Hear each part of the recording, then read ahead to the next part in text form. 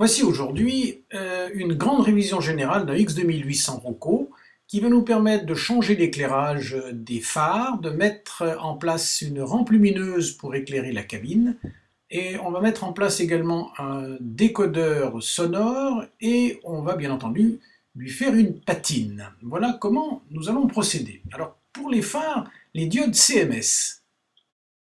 Alors une LED CMS c'est tout petit, ça fait même pas 2 mm et ça comporte 3 fils, l'un pour le commun, un pour le rouge et un pour le jaune.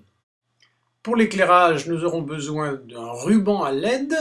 Ces rubans à LED sont pratiques car la résistance est déjà incorporée et on peut en découper des segments de 3 LED par exemple, ou de 6. Il faudra aussi des résistances de 1000 ohms, marron, noir et rouge. Premier temps, on démonte tout. On dépose les platines électroniques. On va déposer la rampe lumineuse qui ne nous servira à rien. Et on va enlever tout ce petit matériel qui est totalement inutile.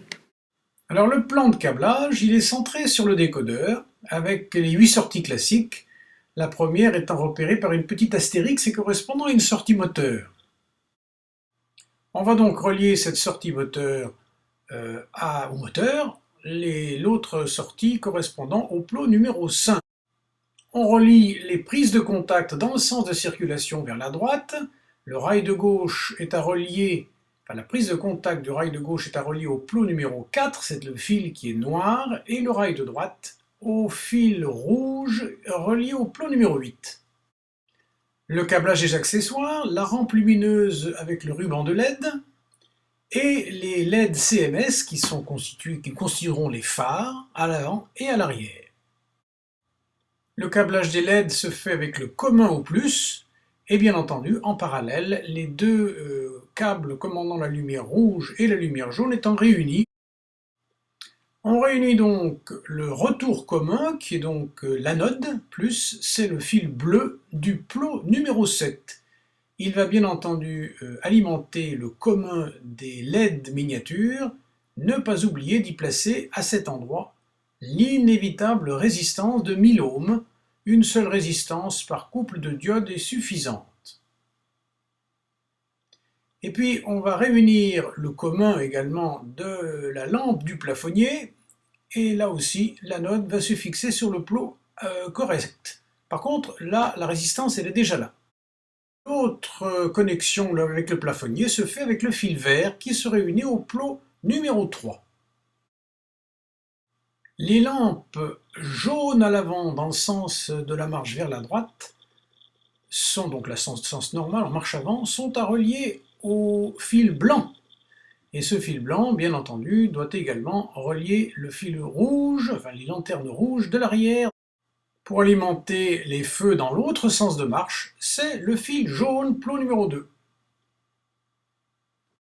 On commence la reconstruction, on repère le trajet de l'alimentation du moteur, des deux plots moteurs, gauche et droit. C'est là le plot numéro 8 et le plot numéro 1. Voilà le trajet. On va donc reconstruire un petit pont. On étame d'abord notre petit segment de fil et on le soude en place. Il a été coupé exactement à la bonne longueur. Rien de bien compliqué. Les circuits moteurs sont donc reconstitués. On raccorde les prises de courant, le rail de gauche c'est le plot numéro 4, il va falloir donc ressouder notre fil au bon endroit, et on va faire ensuite de la même manière pour le côté droit. On va reconnecter la prise de courant arrière et les raccorder à la prise de courant du bogie avant. Il faut donc mesurer une certaine longueur de fil pour que l'on puisse ensuite ouvrir la caisse de l'autorail sans difficulté. Voilà la bonne longueur. On coupe, on étame et on soude. Alors pour la file de rail de droite, c'est le plot numéro 8 qui est ici, qui est donc déjà relié par cette soudure à ce fil qui va aux essieux. Et on va utiliser cette petite piste qui est disponible pour venir raccorder notre prise de contact des essieux arrière sur cette petite connexion. Voilà. Pareil pour le rail gauche arrière. Avant de raccorder à l'extrémité arrière, il est très utile pour prévoir l'isolation de cette soudure d'utiliser un petit segment de gaine thermorétractile que l'on va placer sur l'un des deux fils à souder. On effectue ensuite la soudure.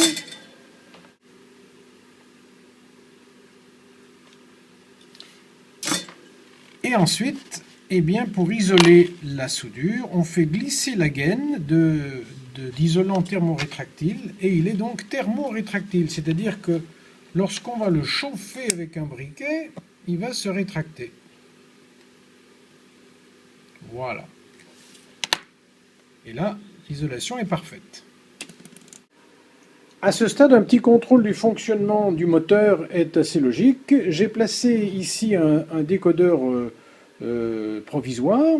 On va faire un petit test. Voilà, ça marche. Dans l'autre sens, ça marche. Donc notre autorail est fonctionnel. On va donc équiper les phares de notre autorail avec nos petites ampoules CMS. Pour ça, on n'aura plus besoin, bien entendu, de ces conduits de lumière que nous allons réséquer. Voilà. On va devoir avoir un accès sur la partie postérieure des phares. On retire donc les cabines de conduite. Même chose au debout. On en profite pour améliorer le réalisme de la cabine de conduite en y mettant un conducteur. Avant de s'occuper des phares, je vous conseille de repeindre l'intérieur de ceux-ci, qui est donc actuellement rouge, avec un petit peu de couleur argentée pour simuler le réflecteur. Avant de replacer les LED, on remet en place notre cabine de conduite qui a été améliorée. Alors voyons ces fameuses LED CMS qui sont toutes petites, équipées de 3 fils. Je vous conseille d'ailleurs d'acheter des modèles pré-équipés de fils. Voyons comment est câblée une petite diode micro CMS. Il y a donc 3 petits fils qui en partent, en voyant la diode par en avant. Entre les deux fils se trouve un petit repère vert qui sert à repérer le commun, donc l'anode plus.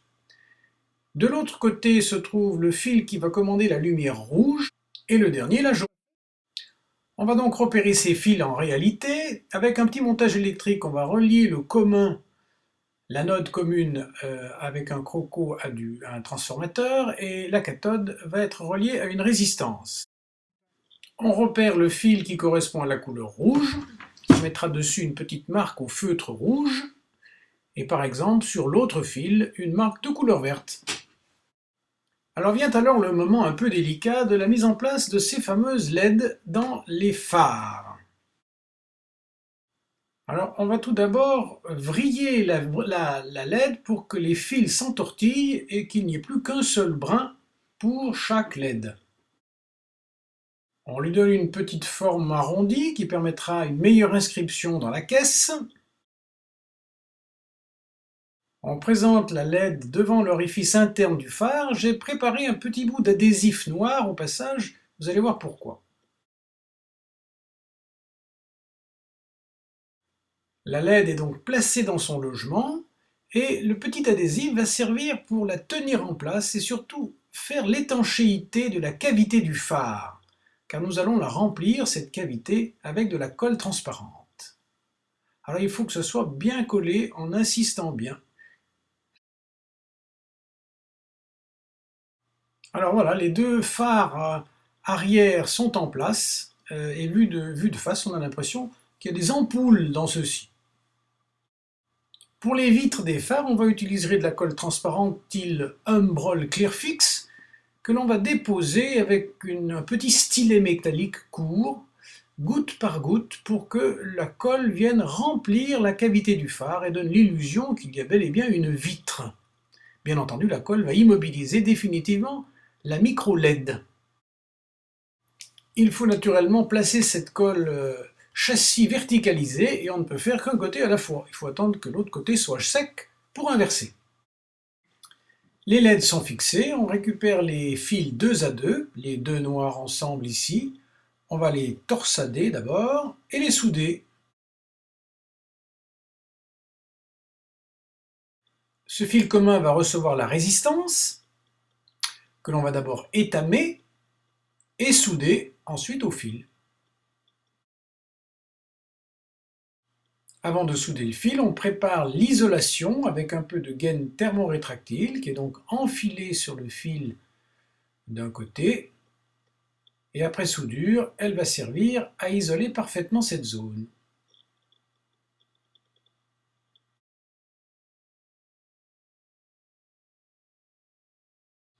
Il ne reste plus qu'à chauffer un peu pour parachever le travail. Les fils sont maintenant raccordés, les 3 fils des LED arrière, elles vont être raccordées à leurs homologues de l'avant. Naturellement, la couleur rouge arrière va être reliée à la couleur blanche avant et inversement. Après soudure, on isole. Une fois soudés, les fils sont planqués, la partie fine des fils est planquée dans une cavité du poste de conduite et soigneusement bloquée et isolée.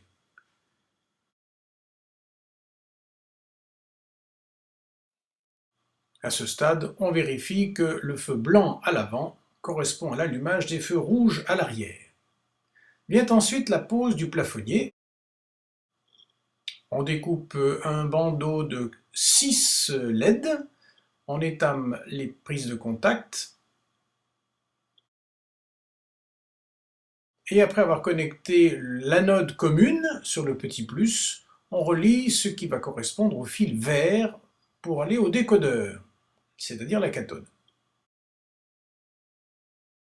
Avant de coller le plafonnier, on arrase les petits tétons qui sont les restes des aérateurs et le plafonnier est tout simplement autocollant. Rien de plus simple.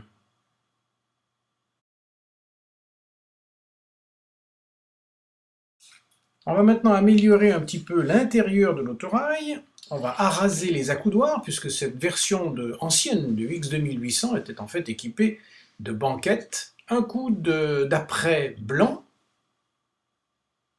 peinture des sols en gris, puis des cloisons en jaune 74 Humbrol mat, qui correspond assez bien à la couleur réelle. Les banquettes étant, elles, peintes en sky, c'est-à-dire en orange 82. Naturellement, on en profite pour mettre de nombreux voyageurs que l'on colle solidement. Ensuite, on raccorde les différents fils, et tout d'abord, l'anode commune, le fameux fil bleu, c'est le plot numéro 7. Sur la platine, on va pouvoir la fixer à cet endroit-là. Pour l'éclairage avant, c'est le plot numéro 5, et on va pouvoir le raccorder ici. Cet éclairage avant donne bien sûr le feu rouge à l'arrière. L'inverse, c'est-à-dire l'éclairage arrière, c'est le plot numéro 7, et bien évidemment, on est obligé de retourner la plaquette pour se fixer ici. Et on va donc y fixer le feu rouge avant et le feu jaune arrière. Enfin, le fil vert de commande des plafonniers, c'est le plot numéro 3. Il n'a aucune zone qui puisse correspondre. On va donc se fixer directement sur le plot lui-même, comme ceci. Notre autorail est maintenant complètement électrifié et on va pouvoir procéder au remontage. D'abord, la mise en place du décodeur. On a choisi un décodeur Loxound 4 avec un haut-parleur. Faire très attention au sens de montage. Le plot numéro 1, c'est le fil orange qu'on commande au moteur. Il faut le placer au bon endroit et ne surtout pas monter le décodeur à l'envers. Voilà le décodeur en place. Nous allons donc remonter la carrosserie de notre autorail et nous allons pratiquer un peu de patine. J'utilise un mélange de brun 70 et de noir mat 33 de chez Humbrol. On mélange à raison d'un tiers de brun et 2 tiers de noir pour les salissures de la carrosserie. On mélange bien, on dilue largement au diluant Humbrol et on passe l'avis très dilué sur les reliefs de la carrosserie que l'on veut voir salir, essentiellement les limites de porte, les limites de trappe, les marchepieds, tous ces éléments. On badigeonne largement avec notre mélange, sans grand risque, car très rapidement, avant séchage, on va essuyer les parties saillantes avec un chiffon sec ou très légèrement imbibé de diluant. Si on met trop de peinture, on prend un peu de diluant sur le chiffon et très rapidement, on va enlever l'excédent de peinture. Pas de souci. Il faut simplement pas attendre trop longtemps. Voici la porte avant de l'autorail, avant et après patine. Même chose pour la partie avant de l'autorail. On insiste bien sûr sur la traverse de choc qui est toujours très sale, toujours avec le même mélange 70-33. Et on essuie cette fois-ci avec un coton-tige, ce qui est plus adapté au relief. Pour les bogies, le même mélange est cette fois-ci passé pur. Quant au toit de l'autorail, on a badigeonné bien sûr en noir les sorties d'échappement et on ne peut pas éviter d'utiliser l'aérographe qui seul permet de donner cet aspect dégradé de fumée. Le bas de caisse finit par être traité de la même manière avec un voile très dilué à l'aérographe de brun 70 pur. Nous voici au centre autorail de l'USI, du dépôt de l'USI, où nous allons rejoindre notre X2800 qui a donc été complètement remonté, y compris la traverse de choc. Le voici, il est assez sensiblement transformé par cette grande révision générale. Nous allons tout d'abord démarrer le moteur.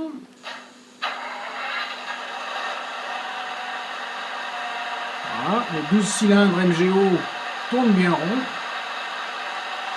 On allume les fanaux et on va allumer avec la fonction 8 l'intérieur de l'autorail. On voit assez mal sur l'iPhone, mais on voit bien en réalité. Voilà, notre autorail va pouvoir démarrer et prendre son service.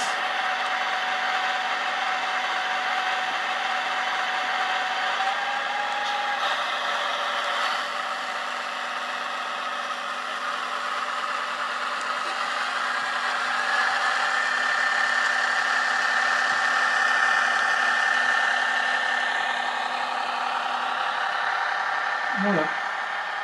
Et voilà qui quitte le dépôt.